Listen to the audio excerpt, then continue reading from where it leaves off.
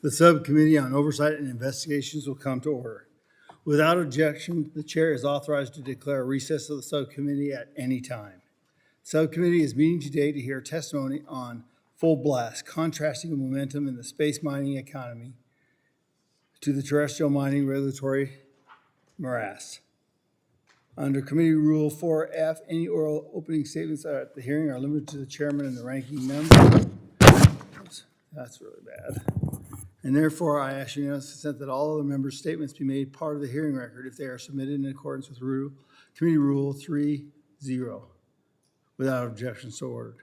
I ask unanimous consent that the following members be allowed to sit and participate in today's hearing. The gentleman from Minnesota, Mr. Stauber. Without objection, so ordered. I now recognize myself for an opening statement.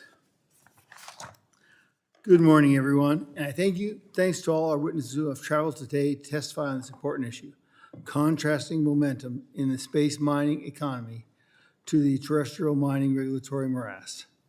I especially like to welcome Professor Cabrera, who traveled here from the University of Arizona. Thank you. Last Congress, the committee held the first congressional hearing on the prospect of extracting resources, including critical minerals, in space.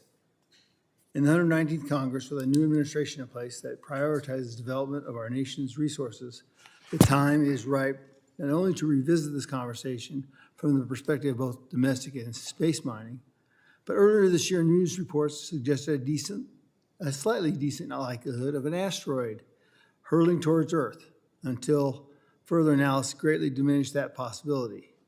But it could have been true. We could have been reliving, that movie.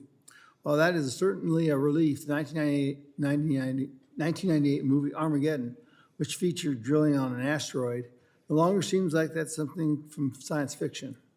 However, I'm glad to say we were able to look at mining on asteroids as something as a potential supply chain issue and national security issue, rather than the last-minute need to save the Earth. But back to our purpose today.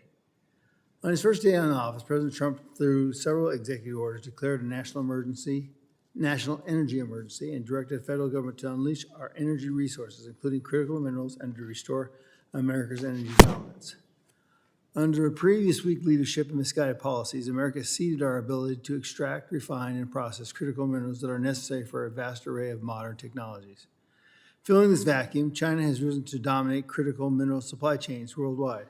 Instead of investing in resource development to combat China, the feckless Biden administration chose to double down on their misguided climate policies, cancel or delay countless projects across the nation, and further encumber the federal permitting process. Due to the burdensome federal permitting process, companies that wish to extract minerals in the United States commonly face decades-long timeliness that makes the development of natural resources nearly impossible to achieve. As American companies fight to break through the federal regulatory morass that has held domestic resources development back for far too long, this committee is committed to working with the Trump administration to knock down barriers and unleash our true potential. President Trump has made that clear, that while he will unleash the golden era of American energy dominance, we must also look to humanity's future in the stars. In his inauguration address, President Trump stated that America will, quote, pursue our manifest destiny into the stars, launching American astronauts to plant the stars and stripes on the planet Mars, end of quote. There's a reason China is so invested in space. It is estimated that mining just the top 10 most cost-effective asteroids, those that are both closest to the Earth and the greatest in value, could produce a profit of around $1.5 trillion.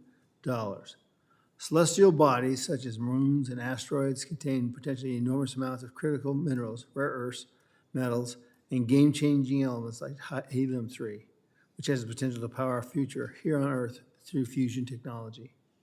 What seems like a far-off concept is no longer so. Resource extraction is not so. Resource extraction in space is right around the corner, and America must seize on that issue.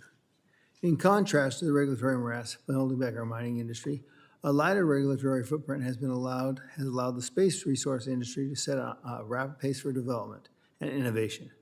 Now our nation is well poised to harness vast resources of space. Since our last hearing a bit over a year ago, the space resource extraction industry has made incredible progress with new technological developments, increased manufacturing capacity, and ride share for launches, among the other efforts, leading to reduced costs and shortened timeliness for space missions that will represent the first steps in establishing mineral extraction and supply chains in space.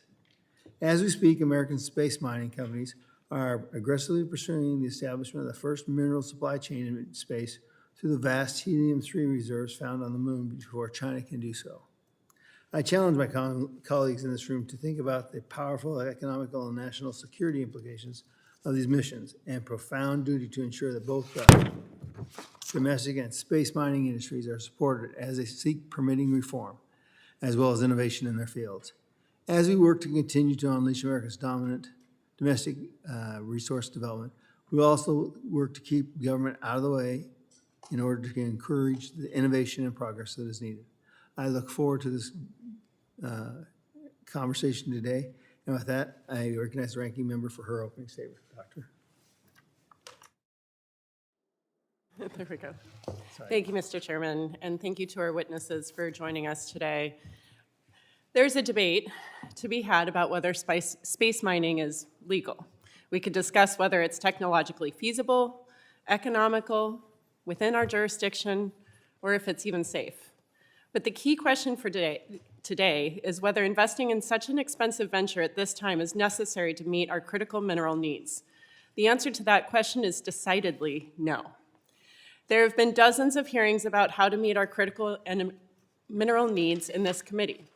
Our side has shown repeatedly that through a whole supply chain approach, including recycling, a circular economy, product redesign, treaties with other countries that have critical minerals, and yes, prudent and regulated new mines in the US, we have the resources we need. The Government Accountability Office has reached the same conclusion. The Biden administration was taking numerous steps in the right direction on all these fronts. The Infrastructure Investment and Jobs Act provided,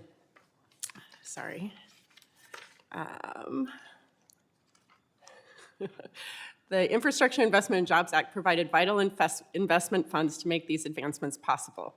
My colleagues opposed both the infrastructure bill and the Biden administration actions. In fact, they are now actively working to tear them down, setting back our country's efforts to secure critical minerals. Now, the majority is inviting companies to this committee with hat in hand, asking for billions and billions of taxpayer dollars for an endeavor that is not necessary to meet our critical mineral needs. They are pursuing these unnecessary and expensive endeavors at a time when Elon Musk is cutting billions of dollars and thousands of staff from our government, cuts that represent actual threats to our economy, national security, ability to address the climate crisis, and our basic humanity. If Musk thinks government spending is so out of control, surely he would think space mining funding to be frivolous too, and cut federal funding to the public and private sector for it. But this is where the conflicts of interest truly shine through. It turns out that being the leader of the so-called Department of Government Efficiency, or DOGE, could prove very beneficial for Elon Musk and his companies, even as it devastates working families all over this country. While Musk has been firing tens of thousands of our hardworking public servants, he also has had over a dozen open investigations into unsafe and unfair labor practices at both Tesla and SpaceX. He has severed funding and is shuttering our government agencies, even as he continues to add to his own fortune of federal government contracts that now total well over $20 billion. He demands total access to the confidential databases of federal agencies, including the IRS, even as he was investigated for having covert meetings with Putin and the Chinese Communist Party. He has $1.4 billion in loans with the Chinese government. He sends out emails demanding employees justify their jobs in 5 bullet points, creating a climate of fear and intimidation in the very agencies charged with enforcing safety, health, and consumer protections against his companies. Already, investigations into his companies are starting to disappear. Behind me, articles from the New York Times tell the story nicely. This one tells where his investments and the money is coming from. And the other is where Musk conflicts may be lying. Sorry, I'm trying to point and read at the same time. The web of conflicts is far more extensive than I could explain in only 5 minutes. How does getting access to every American's tax information help Musk increase government efficiency? How does Musk getting access to the confidential business information of his competitors lower the price of groceries for Americans? How does canceling investigations into Musk's companies advance the priorities and dreams of the American people? There are laws and even an agency, the Office of Government Ethics, to deal with conflicts of interest like some of these and many others. Typically, a government official with the authority Musk has been given would be required to undergo a process to ensure his investments are not clouding his judgment. But so far, he's provided no evidence that his conflicts of interest are being investigated or supervised. He hasn't faced questions from the nomination and Senate confirmation process. He hasn't divested from his companies. He hasn't even disclosed his holdings. The White House press secretary indicated he would be deciding whether and when to take action about his conflicts. I suspect he will do nothing at all. The damage he is wreaking on our working families has already been incalculable. It will get worse over time, even if stopped today. Are we to believe what the American people, this is what the American people voted for? I don't think so, and the polls confirm it. Musk should divest or depart. I yield back, Mr. Chair. I thank the gentlewoman. The gentleman from California, the ranking member of the full committee, is now recognized for his 5 minutes. Thank you, Mr. Chairman. Greetings, Earthlings. For those who have been longing for a sequel to the movie Spaceballs, this is your lucky day. For everyone else, we can marvel at just how incredibly tone-deaf House Republicans are. Here on Earth, Starman Musk's directives are doing real harm to working families. Nonprofits that provide food and services to veterans, rural health clinics, food banks, many others are laying off staff and suspending programs. National Park Service is trying to figure out how to run our national parks this summer during tourist season with rangers and biologists cleaning toilets. Fire safety projects are suspended all over the West. We can't hire federal firefighters. We're on the verge of heading into fire season woefully underprepared and understaffed. This is a moment that screams out for congressional oversight. We don't have inspectors general anymore because Donald Trump fired them illegally. So if ever there was a moment when Congress should be looking for waste, fraud, and abuse, real waste, fraud, and abuse, and asking hard questions, this is it. But instead, we get Spaceballs 2. Not only a waste of this committee's time, but a tortured stretch of jurisdiction. The Natural Resources Committee has no jurisdiction over space. But Republicans today are going to use it as an excuse to pivot back to their favorite subject, attacking environmental laws, claiming that regulations are bad, because when your only tool is that particular hammer, absolutely everything looks like a nail, including space, apparently. Why are we here? Why are we giving a national platform to the Astroforge Corporation to make a pitch to venture capitalists to raise money and to ask for federal government subsidies, which is right here in Mr. Place's testimonies? Let's see, underwrite a price floor, expand the energy loan program for space mining. I mean, it does take some space balls in this moment to come in and ask for federal money, but that's what we've got. You know, it's getting hard to raise money, I think, for space mining these days. Google and others are pulling back. They're tired of lighting their money on fire. So what better way to please Elon, who makes some of his money from Astroforge, than to have a hearing like this to make it look like space mining is a real thing and to give them a platform to pitch to the VCs. Get in on the ground floor. No coincidence that this week, one of Musk's SpaceX rockets will launch a spacecraft developed by a mining startup, Astroforge, as it turns out. They are seeking to make asteroid mining a thing. Musk's companies, of course, reap immense profits from taxpayer-funded contracts. SpaceX alone has secured about $15 billion in NASA contracts, making it the agency's largest private contractor. The Department of Defense already relies heavily on SpaceX to launch satellites. In total, Musk's 7 companies have received at least $20 billion in government contracts and subsidies, but despite all of this dependency and largesse for Mr. Musk, he constantly works to weaken regulatory oversight to his own financial benefit while simultaneously undermining the various agencies tasked with holding him accountable, and now worse, inserting himself into these agencies, plundering the data, feeding it into his AI model so that Grok can someday replace many of these federal employees. That's the conflict of interest raging before our eyes, and our Republican colleagues are whistling past the ethical graveyard. Meanwhile, Mr. Musk, as he works to perfect this Grok AI model, has been granted insane and illegal access to federal data and sensitive information. DOGE officials reportedly have unrestricted access to NASA's personnel and contracting files.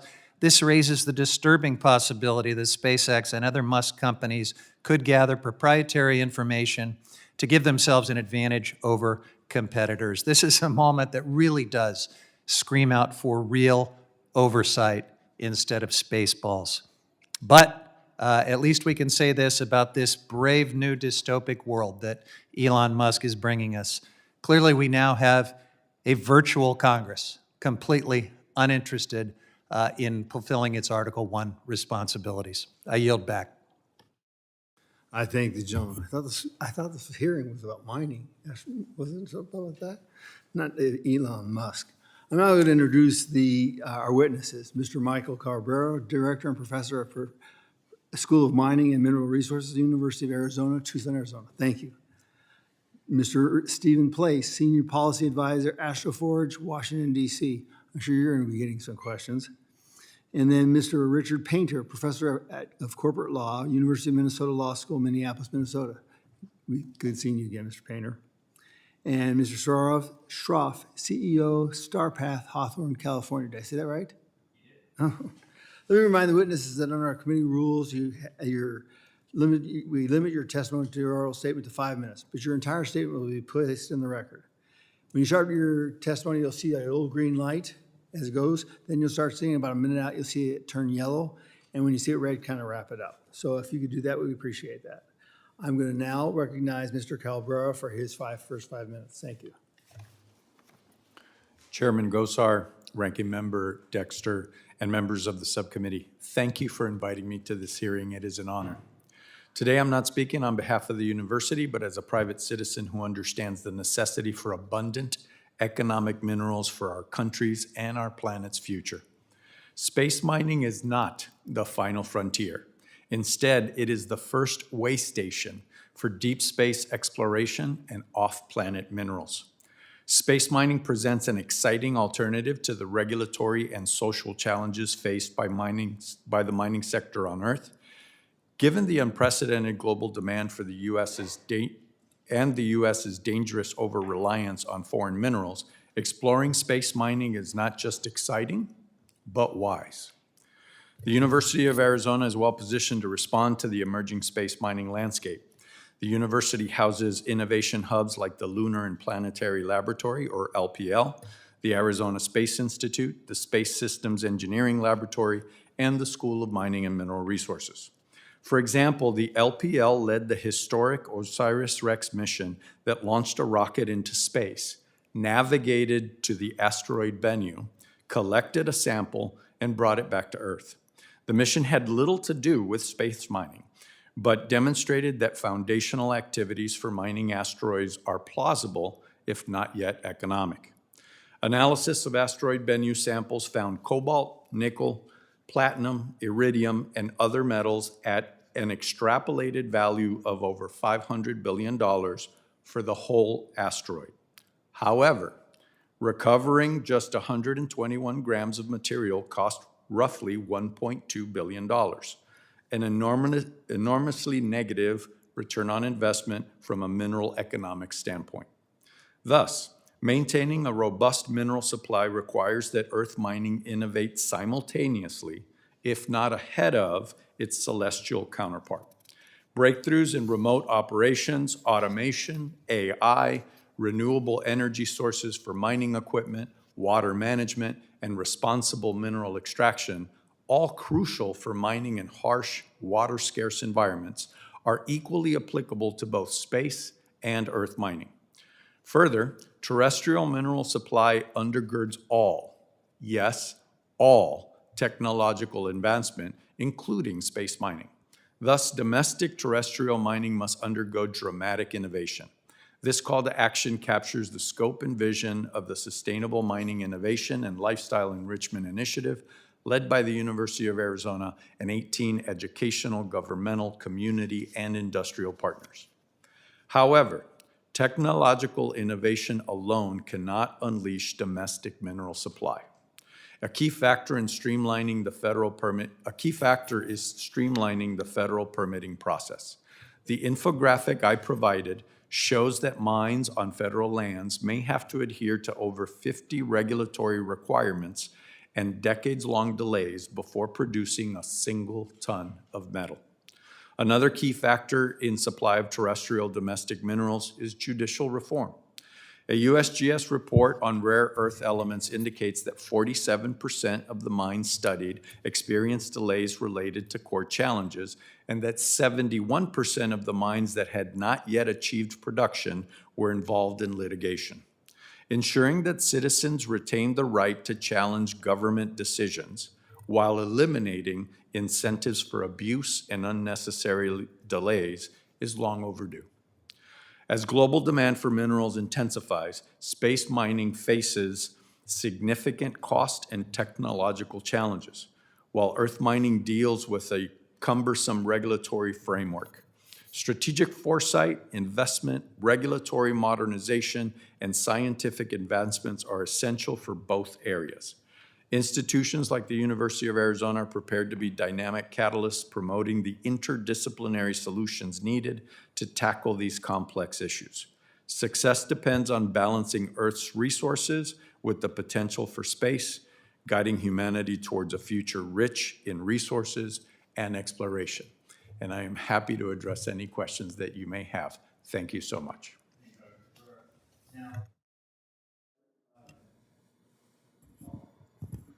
I'll recognize your place for 5 minutes. Didn't follow my own rules. Thank you. Good morning.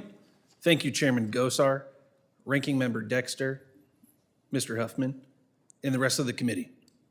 My name is Steve Place, and I am the Senior Policy Advisor for Astroforge, an American asteroid mining company based in Seal Beach, California. Tomorrow at 7:15 p.m. Eastern, Astroforge will launch the first privately funded deep space mission in history. This mission brings Astroforge one step closer to our goal of securing critical resources for America. This mission exemplifies what a small group of dedicated Americans can achieve when they set out to explore what's possible in space to improve life here on Earth. As members of this committee, you recognize that America's leadership in manufacturing, energy, and defense requires a reliable supply of resources. We are here today to urge this committee to recognize that asteroid mining must be part of America's mining future. Right now, 96% of platinum group metals comes from China, Russia, and South Africa. Our modern lives rely on these critical resources. Smartphones, cars, computers, all require platinum group metals. Our supply is rapidly dwindling, and we will run out if something does not change. We currently have no viable alternative to this problem other than going off-world and looking to space for a solution. And we think America should lead the way. The good news is, Earth is surrounded by ore-rich bodies known as metallic asteroids. They contain an almost unlimited supply of platinum group metals. We know this because our planet is impacted by thousands of these asteroids every year. We just call them meteorites. This is not a secret. Our adversaries are well aware that the future of mineral security on Earth depends on the ability to secure these resources from space. We must be the first to develop this technology so our nation can lead what will be the most significant shift in raw material sourcing in human history. Here's Astroforge's roadmap to make sure that the United States leads the way. Our first mission in 2023 tested an early version of our refining technology in low Earth orbit. Tomorrow, our second mission will fly to an asteroid and confirm its metallic makeup. Our third mission, planned for 2026, just next year, will land on an asteroid and directly measure its ore concentration. Once we complete these missions, Astroforge will manufacture a fleet of small, autonomous spacecraft, each about 200 kilograms in size, that can be launched on any available rocket. These spacecraft will travel to asteroids, land on them, and will mine and refine the platinum group metals on the surface of the asteroid itself. We will then transport these refined materials back to Earth to be sold. We have 5 recommendations for this committee to champion, recognizing that some of them will require collaboration with other committees and regulatory bodies. Number 1, create a space resource consortium to establish a center of gravity for investment and innovation. Number 2, underwrite a price floor for offtake agreements or become the offtaker of last resort for space resource companies to provide pricing stability. At the end of the day, both terrestrial and space miners are competing against a state-backed monopoly like China that dominate and manipulate spot-driven markets. Number 3, expand the Department of Energy's loan program to include space-based critical mineral projects. Number 4, empower NASA to collaborate with commercial space companies on deep space missions. The success of NASA's CLIPS mission shows that commercial partnerships work. Astroforge could enable NASA to do more deep space missions at a much lower cost. And finally, number 5, allow commercial deep space companies to easily access NASA's Deep Space Network, or DSN. Communicating with spacecraft at long distances is very difficult using commercial technology, and making the DSN more accessible would drive innovation. We look forward to discussing these recommendations with you. I'll leave you with this. Future generations will look back on this moment as an inflection point where America established its mineral independence. This subcommittee has the chance to be remembered as the leaders who saw a glimpse of the future and decided to help forge it. Thank you for your time. Thank you, Mr. Place, and I'll recognize Mr. Painter for 5 minutes. Chairman Gozar and Ranking Member Dexter, members of the committee, especially the Honorable Pete Stauber of the great state of Minnesota. I am very, very pleased to appear before you today. I'm not an expert on space mining. I've done a lot of work in corporate finance and corporate law over the years, and these are intriguing ideas. They could yield great economic benefit, and if pursued at risk, and great risk to investors in the private sector, the return should go to the investors in the private sector. If space mining is pursued at the expense of the taxpayers and at the risk of the United States government, the taxpayers should receive their due return. So those who bear the risk should receive the return. And if there is a joint venture between the corporate world and the United States government, it's absolutely essential that the bargaining with respect to risk and return be arm's length bargaining, and that the United States government officials who are involved with this process, making decisions about what to do with our money, with taxpayer money, be free of conflict of interest. That is what is essential. I am a government ethics lawyer. I served as the chief ethics lawyer for the George W. Bush administration. I have taught law at the University of Minnesota, government ethics and corporate law now for almost 18 years. I'm not here, of course, to speak on behalf of the state of Minnesota, my employer, but to speak out as a citizen about my concern that taxpayer money be spent on projects that benefit the taxpayer, and that our government officials be free of conflicts of interest. In my written testimony, I summarize some of the critically important rules, the most important of which is the Criminal Conflict of Interest Statute, 18 United States Code 208. And 18 U.S.C. 208, I explained to incoming cabinet officials and White House officials in the Bush administration. It is a criminal offense for a United States government official to participate in a particular matter that has a direct and predictable effect on their own financial interests, including a company they own stock in. And it's critically important that that rule be enforced, not only by the Justice Department, but proactively by the executive branch. The Office of Government Ethics plays a critical role. And I was disappointed to see that the director of the Office of Government Ethics was fired very short time ago. The United States Congress plays a critical role as well. Oversight, that's the role of this committee and other committees of both houses, to make sure that criminal conflicts of interest do not exist in our government, and that every U.S. government employee, including special government employees, complies with the statute. And second, there are financial disclosure rules that have been in place since 1978, the Ethics in Government Act of 1978. Public financial disclosure is required in all three branches of government. Members of this committee file a public financial disclosure form.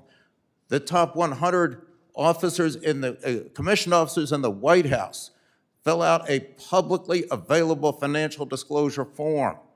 And of course, the judges and justices of our courts. It is essential that the most important officials in all three branches of government disclose their finances. It is inappropriate for the government in the executive branch or in any branch to appoint someone as a special government employee, say, well, they're only serving part-time, and therefore we're going to hide the financial disclosure report if that person is performing functions where there's a decision-making role in the United States government or an advisory role to the President of the United States at the highest levels, and we need to make sure that the public has access to information about financial conflicts of interest of government officials who are involved in space mining or in any other decisions that affect the American taxpayer. We are paying for this government with very high rates of taxation in this country, and now with cutting back many essential services across the board in our country, and we have a massive federal government deficit. And it is our right as citizens to know what the financial conflicts of interest are of the people who are making decisions on behalf of our government, whether it's about space mining or any other subject matter. Thank you, Mr. Painter. And now, Mr. Schroff, you're up for 5 minutes. Thank you. Chairman Gozar and members of the subcommittee, I'm grateful to testify on behalf of StarPath about the exciting opportunities developing in space mining. Right now, the United States has a historic opportunity to develop low-cost travel to the moon and Mars. Soon, it will be possible to use a rocket to fly to a moon base, much like we use airliners to fly to airports like JFK today. Building this future will be exciting, unlike anything you and I have ever seen, blending the patriotic unity of the Apollo program from the 1960s with the economic stimulus of the Union Pacific Railroad. This future is closer than you might think. To enable low-cost access to the moon and Mars, you need two main components. First, you need a fully and rapidly reusable rocket.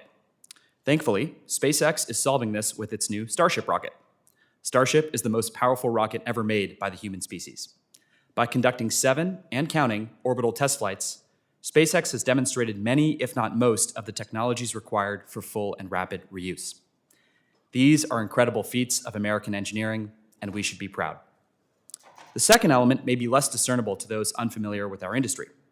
To unlock low-cost access to the moon and Mars requires a rocket propellant mine and refinery on the moon and Mars. In layman's terms, a gas station. Broadly speaking, it is impossible to operate a mission to and from the moon or Mars without refueling. Fortunately, StarPath, the company I'm proud to represent today, has built the world's most advanced system for mining on the moon and Mars. In a few short days, this system will be operational at our headquarters in Los Angeles, and we invite members of the committee to come visit. By mid-next year, we'll be ready to ship a refinery for the surface of the moon that is twice as powerful as the most powerful satellite ever made, the International Space Station, at a fraction of the cost. The following year, our capacity will reach 20 times that of the ISS, and the following year, 200 times. In less than 4 years, the system will be large enough to support a city of 10,000 inhabitants on Mars. That's pretty cool. In doing so, we will put the United States at the top of a global leaderboard. Space mining can drive down space transport costs by over 10 or 100 times, unlocking immense economic potential. Meanwhile, China is aggressively advancing. Last year, the Chinese sent a mission to collect and return samples from a natural resource-rich area of the moon. This was the same year we canceled our Viper moon mission, which cost the taxpayer $800 million. If they win, they'll control land and resources on the moon and Mars, and worse, be viewed by the rest of the world as the leader at the frontier. That's unacceptable. The United States invented this game with Apollo in the 1960s, and we intend to win. In order to do so, we believe that the government needs to excel in 3 areas. First, we need to launch rockets fast. Right now, the FAA and groups like the U.S. Fish and Wildlife Service, and I'm pro-fish, by the way, have an approval cadence that is slower than rocket launches themselves. This delays critical timelines for StarPath and for NASA. Second, congressional funding for NASA must align with this administration's goals to stay competitive in the global race for space resources. NASA has outlined a plan for a space mining contract called Lift 1. The contract would provide the necessary financial kickstart for a space resources-driven economy and will return more to the taxpayer in reduced cost of access to space than its own line item cost. So to repeat, will return more to the taxpayer in reduced cost of access to space than its own line item cost. Moreover, Lift 1, the way we envision it, will put the United States at the uncontested front of this global race now. Lift 1 needs to happen. Third, we need to modernize planetary protection rules. In the 1960s, we signed the Outer Space Treaty, which describes planetary protection, a well-intentioned rule set designed to protect planetary science. As it stands today, planetary protection is in direct conflict with NASA and the President's stated objectives to put humans on Mars. If unchanged, they may be the reason we lose on the global stage. They deserve examination and a modern refresh. Taking it easy has never been the American way. My parents moved here in the 1980s for a country that strives to be the best. And that drive is what keeps me here. The choice is clear. Either America paves the way in the new space race and American companies own the market for space resources, or we cede leadership to China. What future do we want? Thank you. Thank you. I thank the witnesses for their testimony. Now we're going to go to the members for their questions. First member up is Mr. Collins from Georgia. Thank you, Mr. Chairman. You know, as a fellow small businessman and entrepreneur, it's incredible that we have hearings like this to talk about the future of things, especially critical minerals, which are the future of especially for mining and what we need. But it's nice to see that we're highlighting some small businesses that are out there taking a chance on doing something. I want to focus on one particular area. Mr. Painter, as a surveying your career, the courses that you teach, the publications that you publish out there indicate that you specialize in corporate law, securities, and ethics issues. However, the purpose of this hearing is to highlight America's needs for minerals and explore modern solutions. So yes or no, do you have any technical expertise on modern mining practices and technologies? No, I do not. I do not. My expertise is also on government ethics. Thank you. As the chief ethics lawyer for President Bush. Let me ask you this, and yes or no, in your work at the University of Minnesota Law School, do you teach courses on mining law or policy? I just answered that question. The answer is no. I teach courses Thank on you. ethics, and if you don't care about ethics, then you should have invited me to the hearing. Yes or no, in the past, you have run for political office and publicly expressed opposition for hard rock mining projects in your home state there of Minnesota, while touting your experience as an ethics attorney? Some of the hard rock mining projects, I believe, are dangerous, and they were conducted by companies funded by foreign billionaires who weren't willing to put their guarantee on the table that if they created a mess, they wouldn't clean it up. Yes or no? You've also, at the same time, publicly expressed support for growing the solar industry in the United States, correct? Well, that is one way to create energy, yes. So, but Mr. Painter, don't you understand that solar energy requires critical minerals and other hard rock minerals? I do. Do you suggest that we are better off, that America is better off sourcing these materials from abroad? Certainly not. I just simply said that the people who have opened up mines You need deny to be that, willing to clean it up if they Let me make ask a you mess. this. Do you deny that labor and environmental standards in the United States are among some of the strongest in the world? Some of them are and some of them are not, depending on who's administering the Environmental Protection Man, Agency, and who's conducting oversight in the United States Congress. Depends I'm is a here big as word an here. ethics lawyer, It not as a always mining depends. expert. So, are you aware that China dominates global mineral supply chains and backs mining operations using forced and child labor? I am sure they do, and the Chinese are taking advantage of the fact that we just have partisan fights You know back what, and forth all the time and make a bunch of false Mr. accusations Painter, against each other instead of here- focusing on the issue Here's at what's hand. troubling to me, Mr. Painter. It's troubling to me that despite dedicating your career to ethics issues, you have no problem championing a radical anti-mining agenda that is unsupported by science and is advanced by dark money and Chinese-funded nonprofit I organizations. support mining. That's just simply not know- true. I support mining. I support safe Mr. mining. Chairman, it's obvious that that hard rock mining and critical minerals, they're essential for our future. And there's two things which are a common theme that I see up here time after time. That's number one, that there is an overreaching, out-of-control federal agency that is stymieing and controlling every bit of this mining industry. Also, the frivolous and non-ending lawsuits that are out there. And the other thing is just a willingness, like Mr. Painter said, to allow China, which provides the majority of our critical minerals that are processed right now, because we have to send them over to China to get them processed, or either they're over there mining with forced and child labor. You know, it is time to unleash the American entrepreneurial spirit and make sure that we are and remain the best country in the world and America first. And with that, Mr. Chairman, I yield back. Will the gentleman yield? Yes, sir, I would Just yield. a good couple seconds. Mr. Painter, you said you support mining. Give me some examples of those mines.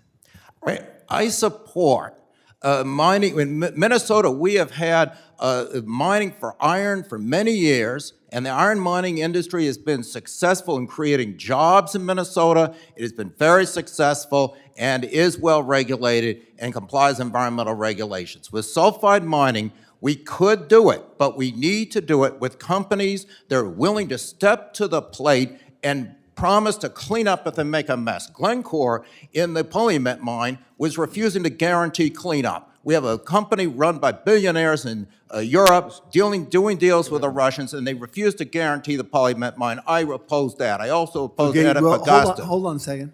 So you don't bond your hard rock mining? Hard rock mining can be accomplished and can be safe. I understand that, but you're supposed to bond it. That's where your cleanup comes. And you should be very much aware of now these microprocessors, that they are very green, they have very little water use, and you're getting everything out of this ore. So you got to be really careful here. So I stole this time, so I'm going to get back to You're right, Mr. Chairman. You do need to be careful. And the people who do the mining need to be willing to guarantee to clean it up. And Glencore wasn't willing to do that in Minnesota. And former Governor Arnie Carlson, a Republican, and I opposed that project for that reason. I'll yield back. With that, Mr. Chairman, I yield back. I yield back. The gentlewoman from Oregon.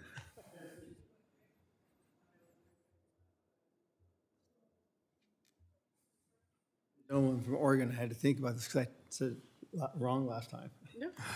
Is recognized, Ms. Dexter. All right, so thank you, Mr. Chair. So SpaceX is part of at least 3 federal reviews for its failure to comply with national security protocols, including by failing to disclose details of Musk's meetings with foreign leaders. For example, the New York Times reported that Musk had meetings with Vladimir Putin, during which they discussed space, and Putin allegedly asked Musk to do a political favor for China's President Xi Jinping. Mr. Painter, if these findings were to be confirmed, why is that a problem for the American people? I gave the ethics lectures for the White House under President Bush at the president's direction on use and misuse of classified information. And one thing is absolutely critical, is when government contractors are entrusted with classified information, they must report to the United States government specific information about their dealings with foreign countries. And those reports are mandatory, must be filed, and they cannot be misleading. A material misstatement to the United States government is a felony under 18 United States Code 1001. I don't know what happened in this specific case, but I will emphasize that those who are entrusted with classified information must file those reports. It's absolutely critical. We can't have our classified information in the hands of the Russians or the Chinese. Great, thank you. And under normal circumstances, how might the Office of Government Ethics advise Musk to deal with a conflict of interest like this? What are some of his options? Well, if Mr. Musk is going to make any decisions involving recommendations, involving space mining, for example, he would need to divest from SpaceX. There's just too close a connection. There's no way that you can get involved in space mining and have a financial interest in SpaceX without risking violating the criminal conflict of interest statute. So it's divest is the best option. Recuse and have nothing to do with the matter is the second best option. Great.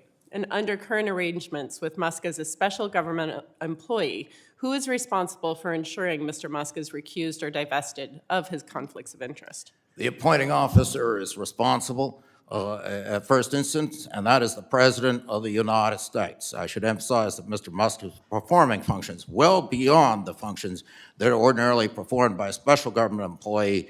In fact, he's performing functions that are performed by an employee who is appointed and confirmed by the United States Senate, a principal officer of the United States government, and so there does need to be an additional appointment made with a confirmation hearing if he's going to continue doing what he's doing. Okay. And what safeguards are in place to prevent Musk from using his leadership at DOGE to obstruct or delay these inquiries by cutting staff, cutting funding, or killing investigations directly? The first safeguard is the Office of the President of the United States, the Executive Office of the President, and I would trust that President Trump would make sure that everyone he appoints is complying with the government ethics rules, including the criminal conflict of interest statute. Second is Congress, the oversight obligations of both houses of Congress, including this committee, to call witnesses, to gather information, and most important, to get Mr. Musk's financial disclosure form, which should be available to the public, certainly should be available to the members of this committee. Thank you. Pivoting, the FAA, or Federal Aviation Administration, which regulates aerospace operations, has investigated and fined SpaceX multiple times, including for safety violations. Now the FAA is facing significant staffing cuts and restructuring under DOGE's direction, and a team from SpaceX has been brought in to assist with overhauling the FAA's air traffic control system. Mr. Painter, what is the risk of allowing SpaceX personnel to influence FAA restructuring? And would this situation fit the legal definition of a conflict of interest? If Mr. Musk retains a financial interest in SpaceX, he should recuse from most all government matters pertaining to the Federal Aviation Administration, while the Federal Aviation Administration is regulating and in these controversies with SpaceX. You either divest or recuse. That's what's required under the criminal conflict of interest statute. Thank you. And as you know, Trump fired at least 18 inspectors general, including the one at the FAA. Given that the traditional independent oversight mechanisms have been weakened, how can we be certain that Musk won't use his influence to undermine FAA regulations that could negatively impact SpaceX's bottom line? I would strongly urge that the president rehire the inspectors general. There's no reason to fire the inspectors general unless they are derelict in their duty in office. We need inspectors general to make sure there's no waste, fraud, or abuse in the federal government. Once again, it's the obligation of the House and Senate to exercise oversight as well. Great. Thank you, Mr. Chair. I yield back. You're welcome. The gentleman from Alaska, Mr. Begich, is recognized for 5 minutes. Thank you, Mr. Chairman. Question for you, Mr. Painter. You've stated that the U.S. taxpayer should have a return, and I agree. The taxpayer should have a return when making investments in public-private opportunities. Given your background in corporate finance, what structure would you recommend would be best for investments in space mining? Are we talking about direct equity participation, debt with long-term warrant coverage, or some other structure that would allow the U.S. taxpayer to achieve participatory returns? Well, first and foremost, it's absolutely critical whoever's negotiating on behalf of the United States government and getting involved in any of these issues involving space mining, not have financial conflicts of interest, not be involved in companies like SpaceX. Now, once you have somebody in place who has financial expertise, and does not have financial conflicts of interest, you can consider the various options. Given the enormous risk involved, I would think that some sort of equity participation might be ideal, because debt participation, if you have a company that launches a space mission, the government lends them a lot of money and it goes belly up, well, you're not going to get repaid. So you may need some sort of equity participation through the United States government.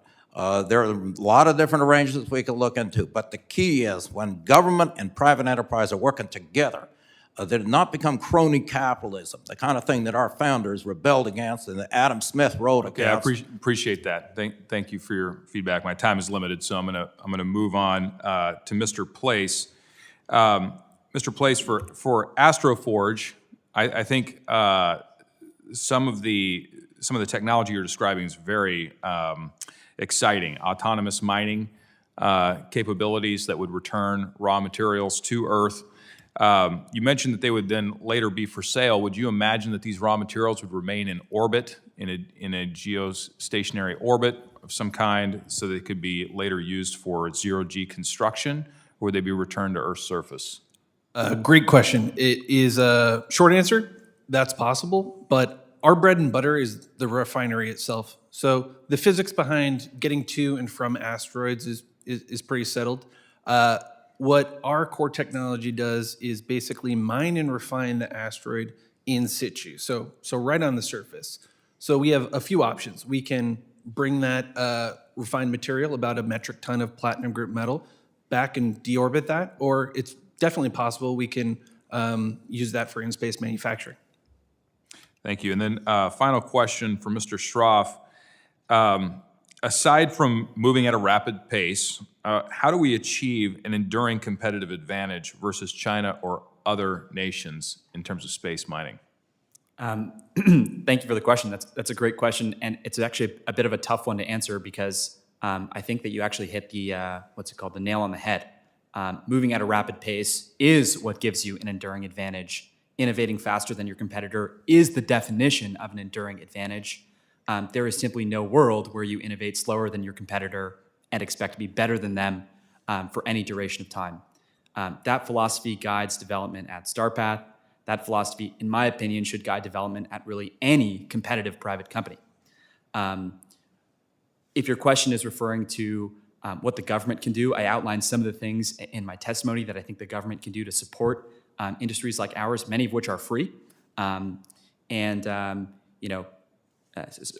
I'll stop there, and I'll just say, going fast is really everything when it comes to competing, and anything the government can do to make sure that industry isn't slowed down, which right now we think that the government's doing a fantastic job at in our industry, is 2 thumbs up from us and really support.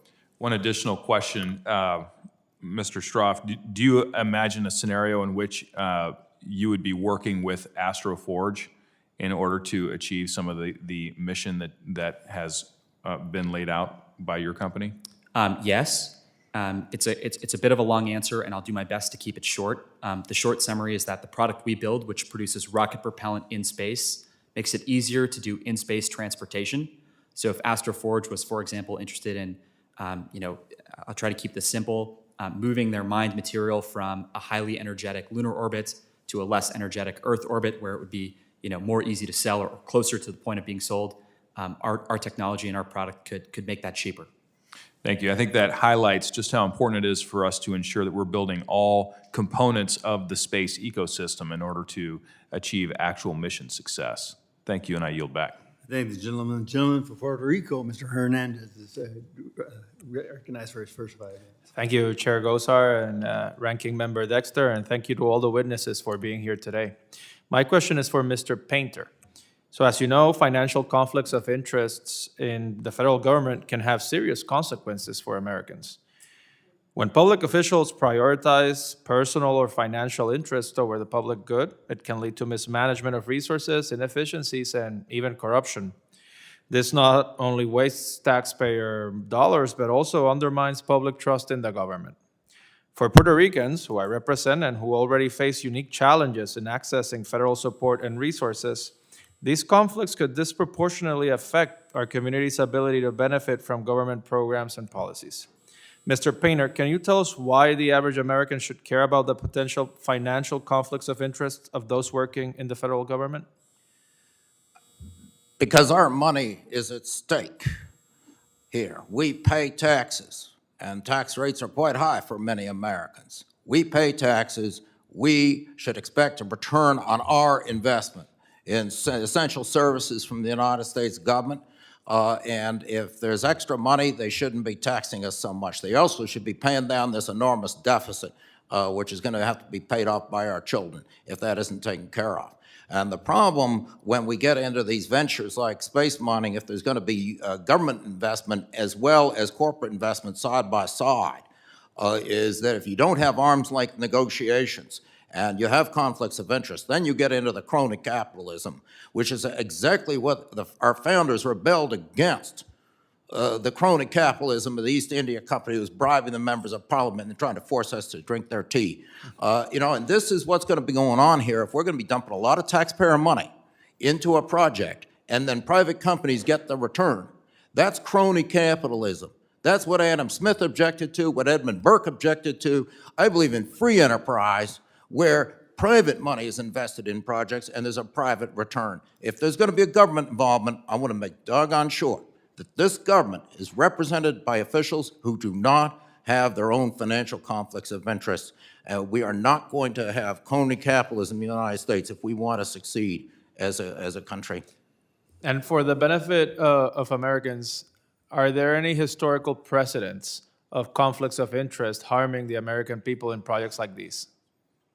We've had historical precedents of conflicts of interest ever since the founding of our country, where government officials have allowed their own financial conflicts of interest in their businesses to interfere with their decisions in government, whether it was large plantation owners who obstructed efforts to abolish slavery in the early years of our country's history, running up to the present, where we now have billionaires entering the United States government, the executive branch, with conflicts of interest. It is okay to have successful business people in our government, but they must, one, file a publicly available financial disclosure form so we can find out what they own and what the conflicts of interest are. The public has the right to that information. And second, they must comply with the criminal conflict of interest statute at 18 United States Code 208. And that's what I'm asking Mr. Musk to do and all the other officials in the executive branch, just as I did during the Biden administration and during the Bush administration when I was in the White House under President Bush. Thank you, Mr. Painter, and I agree of the importance of transparency, accountability, and preventing conflicts of interest at the federal level, at the state level, at the local level, at all levels of government. With that, I yield back the remainder of my time. Gentlemen, I'll recognize myself for the next 5 minutes. So, Mr. Stroff, you have employees, don't you? We do. Do you ever evaluate your employees from time to time? We do. Do you ask them to show what they're doing? We absolutely do. Why is that important? At risk of stating the obvious, it's important because high-performing employees should be encouraged to keep performing highly and equipped with the resources to keep doing so. Low-performing employees should be a careful look taken to make sure that they have all the resources they need to succeed, and if they're not in the right position, to make the necessary changes. So without stating the obvious, because we want to run efficiently as a private company. Well, I tell you what, Captain Obvious should be here for that very statement. Now, Mr. Place, how about you? Do you have employees? I am not the CEO, so no, sir. Don't have any employees. Employees at Astroforge, but yes. Okay. Now, Professor Cabrera, you've got students, you've got probably a number of people answering to you.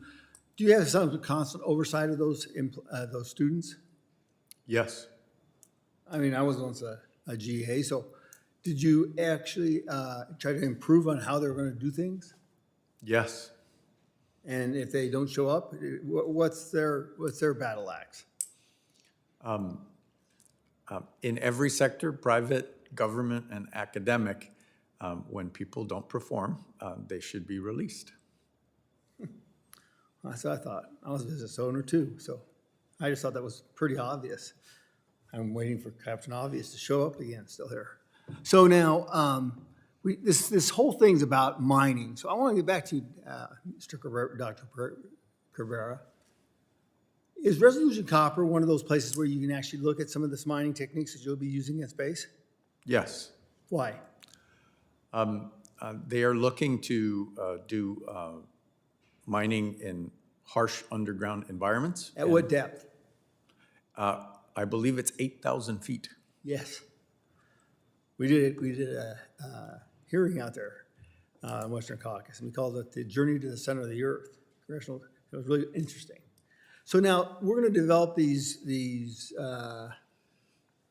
miners of the future. Let's just call them that, because of the intense pressures down below there. That's hot. It's probably not the best if you have a cave in, because they're going to do some modified mining. What do you expect from them to do, and where would this be first tested? These robots.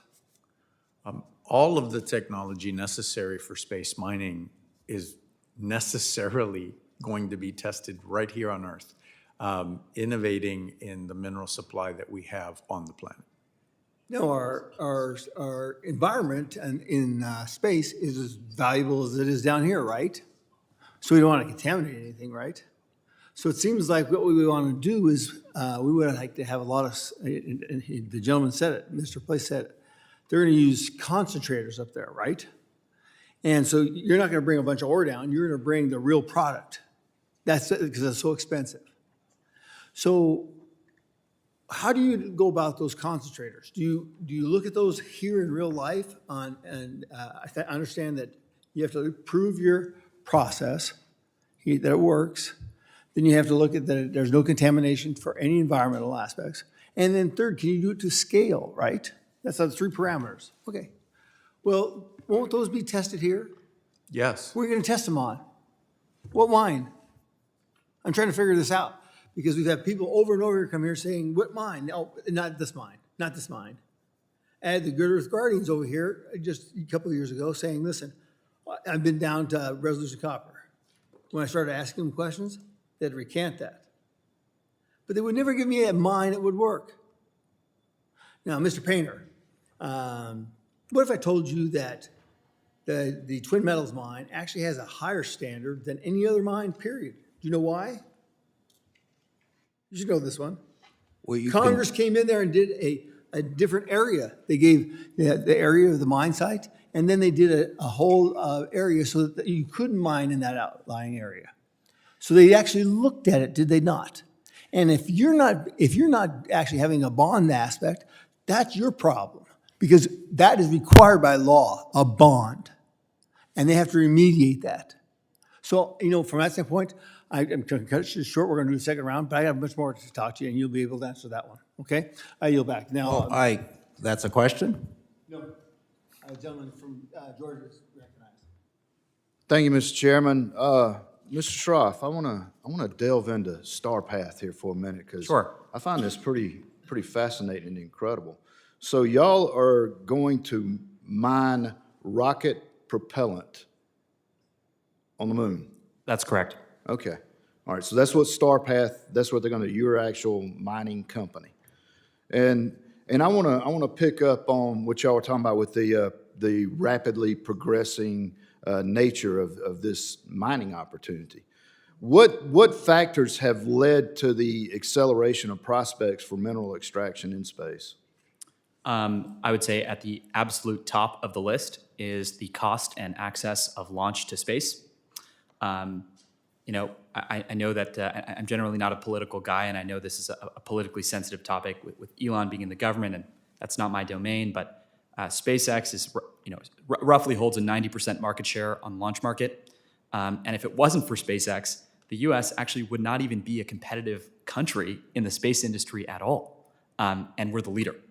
And the fact that SpaceX has brought online such an immense, unprecedented capability to launch payload to space and are actually increasing it by an order of magnitude with their new rocket Starship has completely changed the game for businesses like StarPath. Would you say SpaceX is a success? Again, at risk of stating the obvious, I would say yes. Yeah. And it's totally not a political statement. It's just based on the fact that SpaceX has enabled businesses like Astroforge, like Starlink, which connects millions of people around the world, which is SpaceX's own, and countless other businesses that service a whole boatload of interests on Earth. So Yes, I would say that. Let me ask you this then. So when you hear about all these extensive timelines that we have for mining projects here and what we've been talking about a little bit on or just around the country, and the federal regulatory burden that hinders progress in this field, you got any concerns for further regulations affecting the space mining industry? So first of all, I'll say I'm not an expert in terrestrial mining, so I don't know what the regulatory process looks like, but I am learning as we go and understanding that it's burdensome. And yes, we have some concerns, although not that many, and I described a number of them in my opening testimony. That basically we should regulate. We should make sure that the public's safe for sure. There should be no compromises with respect to public safety. But regulation, particularly related to protecting science, shouldn't slow down, and I know this is going to sound ironic, technologies like StarPath, which will advance science. Right. And also you described in your testimony that StarPath is seeking to resolve one of the biggest barriers to regular space travel and resource extraction in space. So currently, how does the inability for spacecraft to refuel in space set limitations on missions, and what is compromised? Yeah, that's a phenomenal question. So the Apollo era is a perfect example of a time when we didn't have access to refueling in space. And the way we overcame that problem is by throwing away 99% of our rocket. So we launched a rocket into space. It did a thing that we call staging, which means that a portion of the rocket separates and gets discarded, and the rest continues to fly.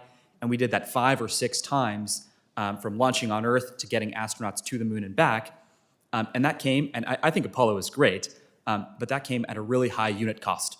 A unit cost of roughly inflation adjusted $10 billion per astronaut per trip. And that's not a unit cost that any sort of commercial business model can support. Right. But with refueling and with Starship and other fully and rapidly reusable vehicles, that $10 billion per person can be like 200,000. And I'm totally serious when I say that you could have like a multi-order of magnitude improvement in cost. And when you have that multi-order of magnitude improvement in cost, you open up possibility for all sorts of commercial business models, including mining helium-3 on the moon, mining platinum group metals from asteroids, and tourism to exist, completely not publicly funded and completely funded only by private companies that are buying the end products. Let me ask one last thing, because we're getting short on time then. So when do you think this capability is going to be established? StarPath, if everything goes to plan and all of the timelines with launch vehicles stay on track, plans to establish its first mine on the moon at the end of 2026. And our intent is only to scale exponentially from there. So I would say for a customer that's interested in the commercial product, between 2026 and 2028, which is, Around the corner. 2 to 4 years from today. Yeah. All right, thank you, Mr. Chairman, I yield back. I thank the gentleman from Georgia. The gentleman from Alaska, Mr. Regis, is recognized for 5 minutes. Thank you, Mr. Chairman. First question for Mr. Painter, picking up where we left off previously. Let's say that we have equity participation in some of these programs where the U.S. taxpayer is contributing to advancing them.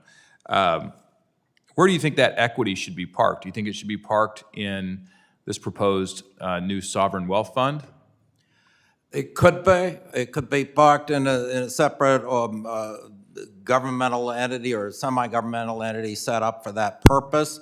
The government has gone into various businesses such as mortgage lending, Fannie Mae, and student loan lending, although we see there's a lot of abuse in these governmental entities that have combined public sector and private sector work. There's great risk here. And you'd need corporate finance experts and investment bankers to look at how to structure this in the best interest of the United States government. Because if our taxpayer money is being used for these projects, we get our fair share. And so I'm not the banker or the finance expert who's going to come in and tell you exactly how to structure it.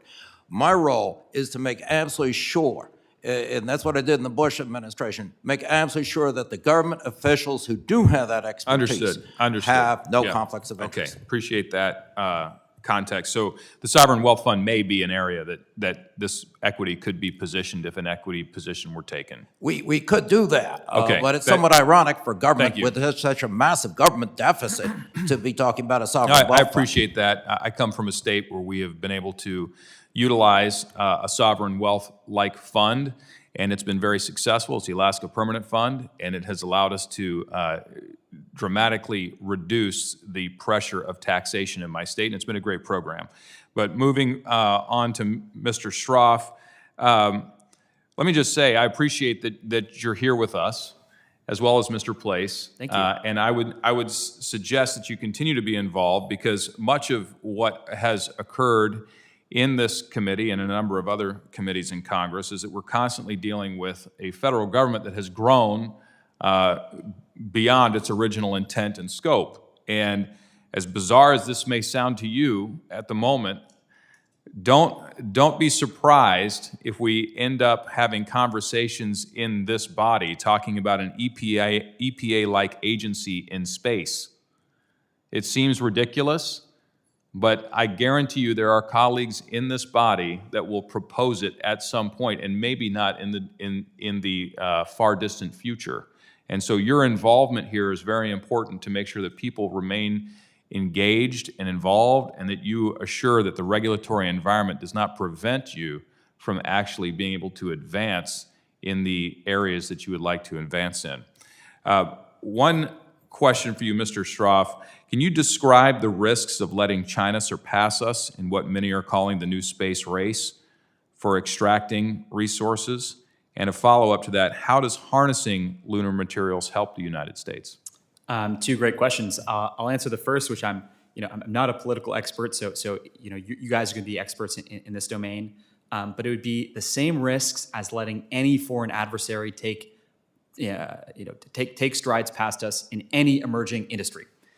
If we were developing AI, which we are, and I'm not involved in the development of AI, and it was only, for example, I'm just going to pick a random country, France, that was developing AI, we'd be looking at each other thinking, how can we get involved? Like, why aren't we the leaders? America has been for so long the technological leader across so many technologies. So it's the exact same risks that you see in any emerging industry. So nothing special, and you guys are the experts in evaluating where we want the United States to be the best. And it's just my personal opinion as an American that loves to be in America that we should be the best in everything we can, and this is an area where we definitely can. Thank you. Your second question, and I'll try to be fast, I know we're short on time, is how can harnessing lunar resources benefit the American people? Two ways. First, if you produce propellant on the surface of the moon, you can drastically reduce the cost of moon missions, many of which are sort of the class that we've already spent billions of taxpayer dollars on. So the Artemis missions, for example, which are, I support and I think are incredible, cost a lot. Over $2 billion per launch for the SLS rocket, which is the rocket that was designed for Artemis. Those figures could be 100 or maybe even 200 times lower in a future where you have access to lunar resources. And the second, I know we're running out of time, the moon has an abundant supply of a resource called helium-3. Helium-3 is likely to be one of the highest unit cost materials we ever use, ever. And it's likely to be the case, in my opinion, that in the near future, probably all of our helium-3 supply, practically speaking, will be sourced from the moon. Thank you. My time has expired. I yield back. I thank the gentleman from Alaska. The gentleman from Minnesota, Mr. Stauber, is recognized for his 5 minutes. Thank you, Mr. Chair. I want to first thank you for convening today's hearing. As we take a wide look at the future of our nation's critical mineral supply chains as demand for these minerals grows at a rapid pace. That said, while I believe it's important that we take this wide view, Mr. Chair, I cannot help but reflect on how we've gotten here. Why is it that we're literally looking to outer space for these minerals? Minerals we're blessed with right here in the United States of America. The regulatory and permitting frameworks that govern our domestic mining industry are making it damn near impossible to responsibly develop the minerals we are blessed with here in the United States, including the Duluth Complex in northern Minnesota, the biggest untapped copper-nickel find in the world. Think about it, Mr. Chairman. Our regulatory and permitting system is so difficult and costly, so broken that we're looking at outer space as a reasonable alternative. Mr. Cabrera, it's great to see you again, and thanks for being here. In your written testimony, you note it would take $1.2 billion to recover just 121 grams of material from the asteroid Bennu. Can you provide a ballpark of how much it would cost to recover those similar minerals right here domestically in the United States? I can't frankly do that math in my head, but what I would say is that short of the delays created by the regulations, and I want to distinguish between the regulations themselves and the delays associated with how they're implemented. Those are very different things. But short of the delays, it should be much more inexpensive to derive those minerals from Earth. So it's safe to say Americans will face lower costs if we responsibly mine here in the United States of America. Is that correct? Yes. What kind of impact would this have on our local communities and our national security if we domestically mine in the United States? The benefits are all untold. The mining industry of the today understands how important it is to be responsible not just for the environment, but for the host communities.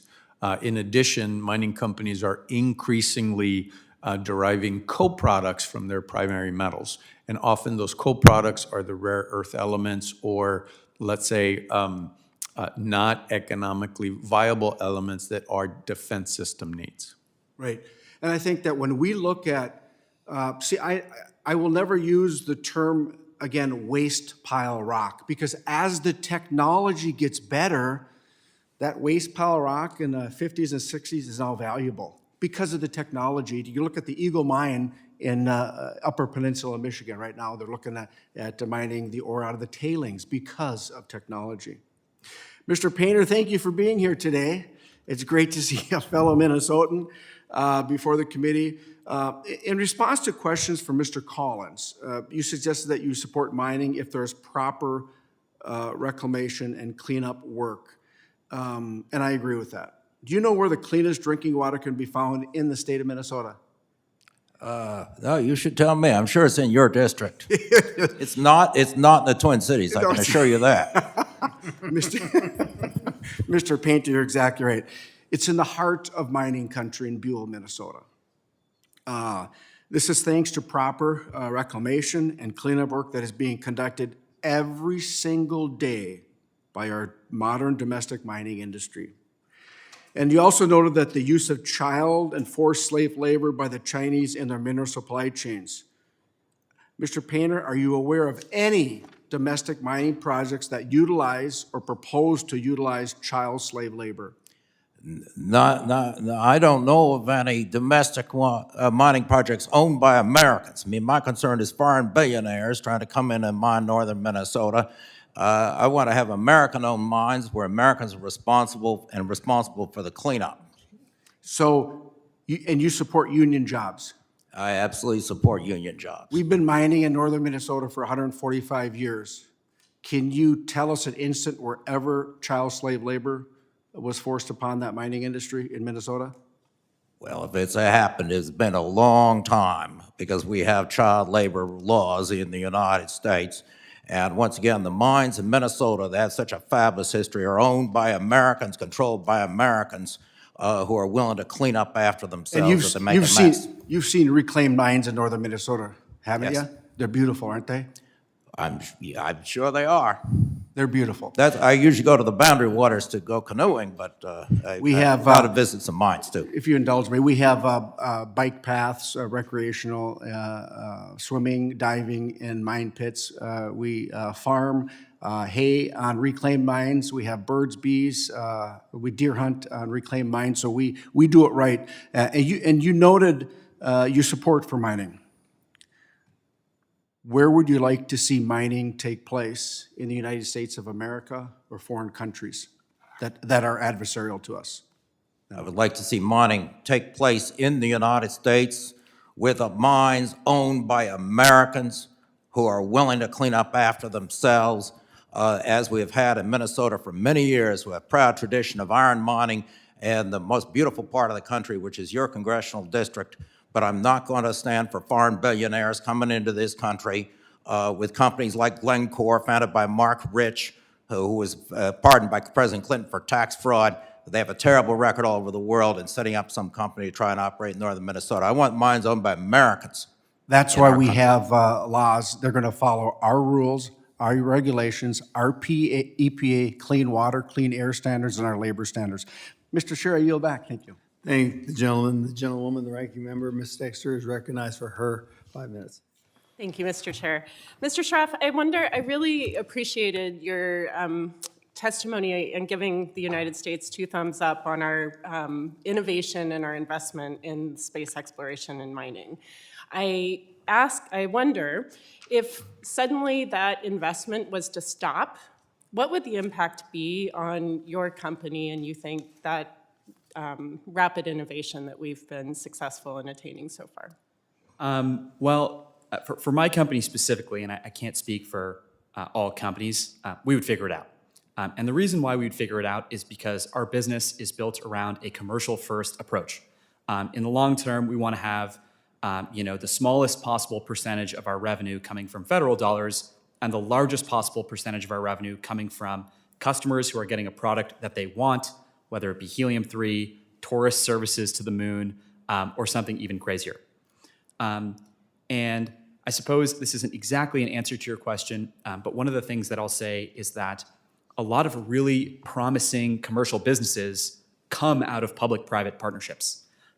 Falcon 9, the rocket that services about 90% of Earth's payload to orbit, not America's payload to orbit, but Earth's payload to orbit, was actually developed through a public-private partnership between NASA and SpaceX. And I think that's amazing because Falcon 9 now exists and serves all sorts of commercial-first companies like Astroforge and like countless others. So the real answer that I feel to your question of what would happen is we would lose out on the other Falcon 9s, right? The other things that we may create that have worldwide massive impact to their industry through public-private partnerships. So would the world collapse if the government were to suddenly cut things off? No. Would StarPath fail? No. But do I think it would be a missed opportunity? Yes, and I think that part's definitely obvious. And it's up to you to figure out sort of what, how much you're willing to spend and how valuable you think that is. No, thank you so much. So Falcon 9's success is benefiting the American taxpayer directly then somehow? Yeah, absolutely. So, I mean, first of all, I'll make a disclaimer here that says, I don't speak for SpaceX at all, and I can only talk about, publicly available information. But if you look at Starlink, which I think is the case example, because Starlink is the plurality of Falcon 9 missions, Starlink connects millions of Americans across the country, where actually Starlink outperforms otherwise taxpayer-funded internet services. But I want to be clear about the question. Sorry, I might have not been clear. Is there direct equity in that success coming back to the American people from that investment?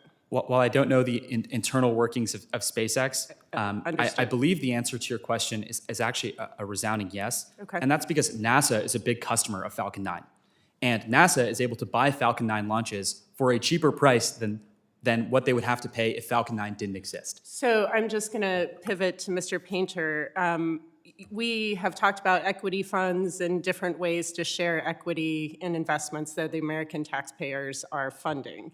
Would you agree that the American taxpayers, the money that they've invested in these explorations, are directly benefiting back to their pocketbooks? Well, yes. I feel like I'm appearing on the show Shark Tank.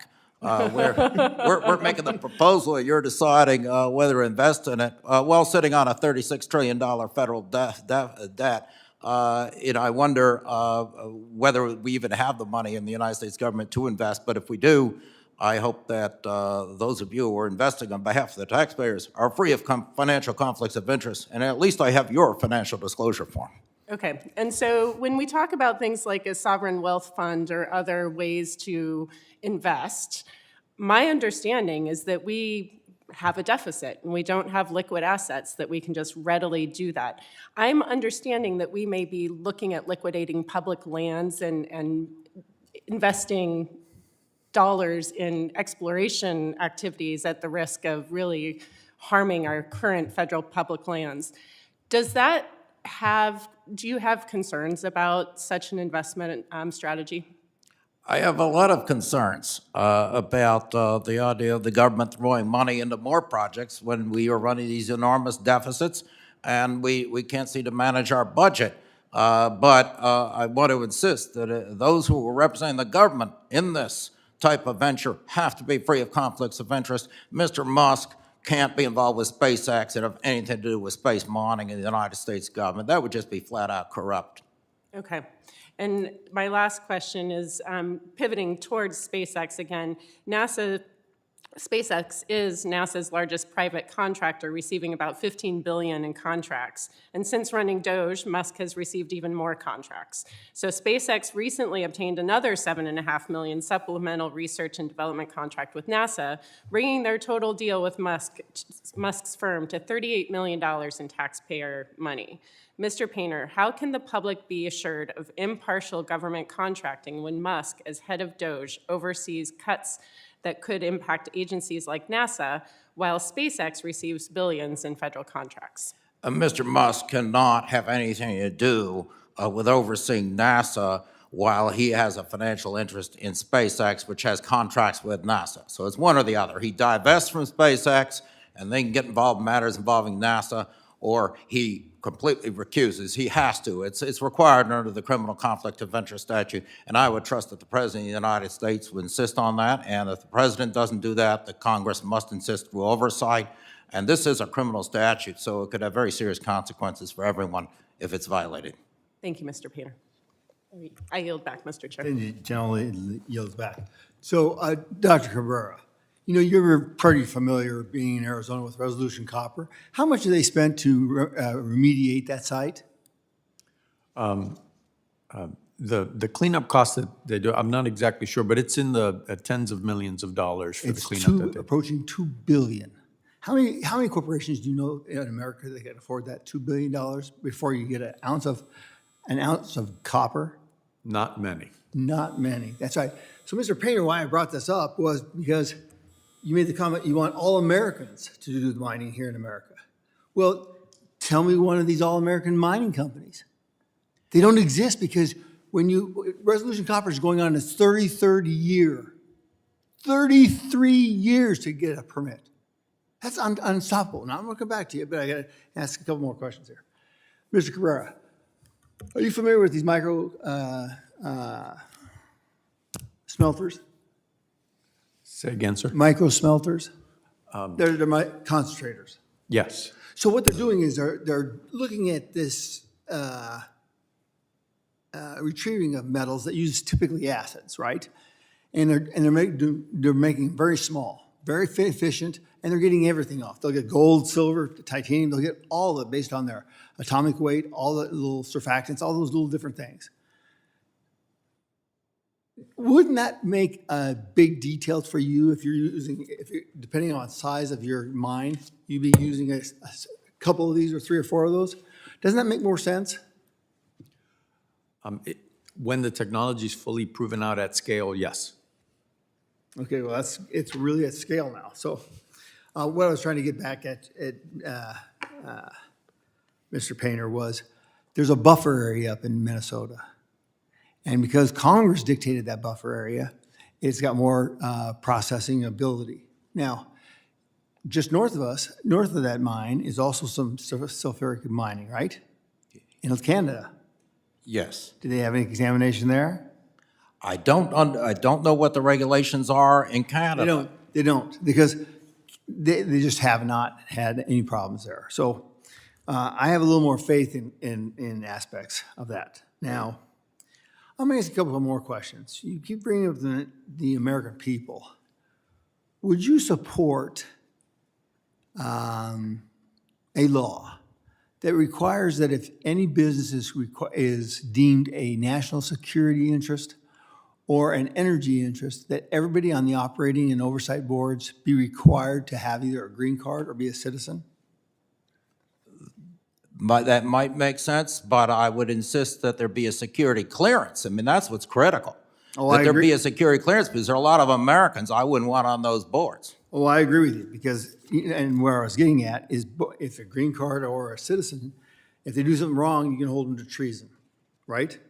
Well, yes, but there are a lot of people who have a green card or are American citizens who I don't want anywhere near those boards because they are a national security risk. I agree. So I would take that as a benefit.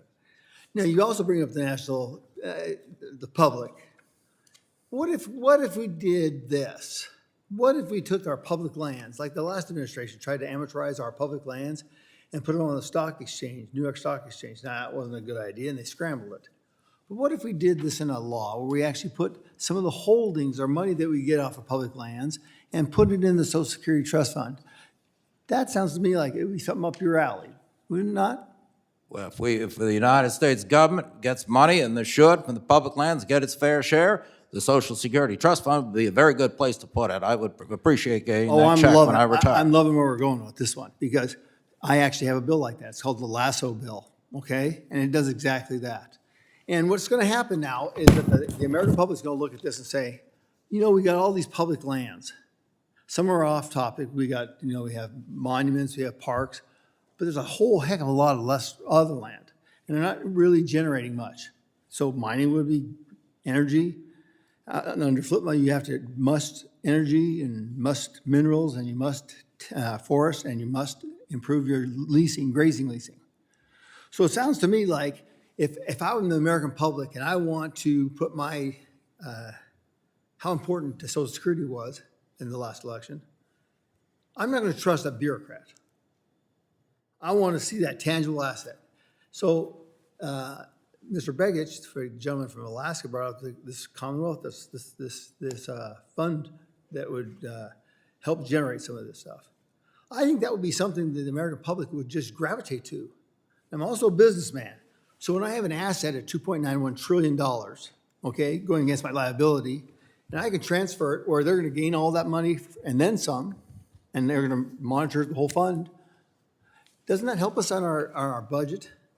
It might or might not. I haven't looked at the details of your bill and what the proposal is. The problem is that for 100 years, and I mentioned this last year, I testified with the Interior Department, since the Teapot Dome scandal, we've had private interests who, by greasing the palm of somebody here in Washington, D.C., manages to get a benefit that other people can't get. And my focus is the corruption, and to make absolutely sure we don't have corruption in the relationship between the United States government and private companies that are engaging in mining on federal land.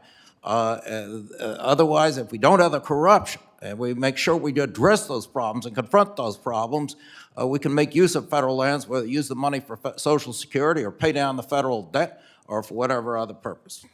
Well, so I pay Social Security because it's the people's money, right? We took their money and we're supposed to be holding it, which we're not. But anyway, I have one more last question. In your testimony, you said the government exists to serve the people, right?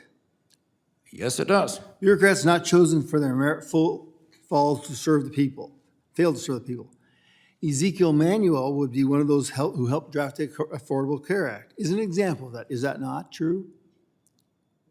That the Affordable Care Act serves the American people? Mm-hmm. Well, parts of it do. I mean, that's a policy debate we can have. I would think that as the information, that is the biggest information, is about our genetics, our health care, being healthy and wealthy and wise. So Emmanuel is not a lawmaker, was he? No, He's but... a private sector doctor, right?